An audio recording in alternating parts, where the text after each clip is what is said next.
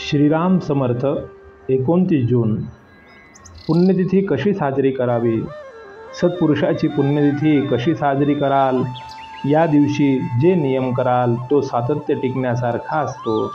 म्हणून आजपासून नामाशिवाय बोलायचे नाही असे आधीच ठरवा। नामात राहण्याचा प्रयत्न करा, म्हणजे इथे आल्यासारखे काही केल्याने श्रेय तरी मिळेल। इथे जो म्हणून आला त्याच्याजवळ आपण राहावे असे मला वाटते, पण तुम्ही दार लावून ठेवले तर मी काय करणार? पाहुणा घरी आला आणि त्याला दार उघडलेच नाही तर तो काय करणार? तसे विषयात राहून दारे बंद करून ठेवू नका। नामाचा उच्चार कंठी ठेवा, म्हणजे विषयाला घाला होणार नाही। आता कली मातत चालला आहे, त्याचा घाला चुकवण्याचा असेल तर नामावर विश्वास ठेवा। कोणीही काहीही सांगितले तरी नाम सोडू नका। जसे पाण्याचा मोठा लोंढा चालू झाला की एखाद्या स्थिर झाडाला दोरीने बांधून ठेवलेले वस्तू वाहून जात नाही, तसे तुम्ही नामाची कास घट्ट धरलीत म्हणजे काळ काही करू शकणार नाही। समर्थांनी नामाच्या समासात सांगितले आहे तसे नाम हे रूप असे समजून नाम घेत चला, म्हणजे रूप दिसेल।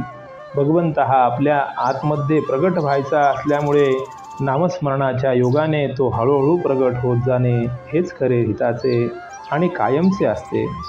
डोक्यावर हात ठेवून चमत्कार होणे, काहीतरी तेज दिसणे, दृष्टांत होणे इत्यादी गोष्टी तात्पुरत्या असतात। एखाद्या अशक्त हडकुळ्या मनुष्याने लठ्ठ होण्यासाठी अंगाला सूज येऊ दे असे म्हणायला तर ते वेड्यासारखे होईल।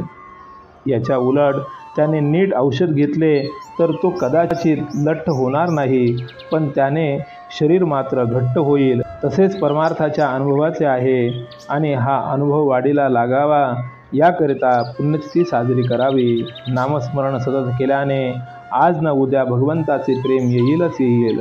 प्रपंचाच्या गर्दीमध्ये भगवंताचे स्मरण ठेवण्यासाठी उत्सव, सण, पुण्यतिथ्या वगैरे असतात।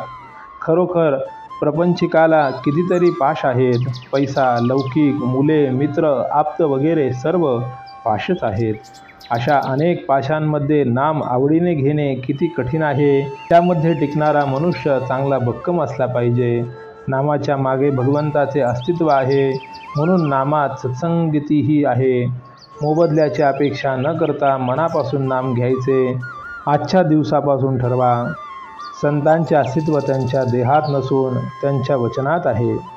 श्रीराम समर्थ।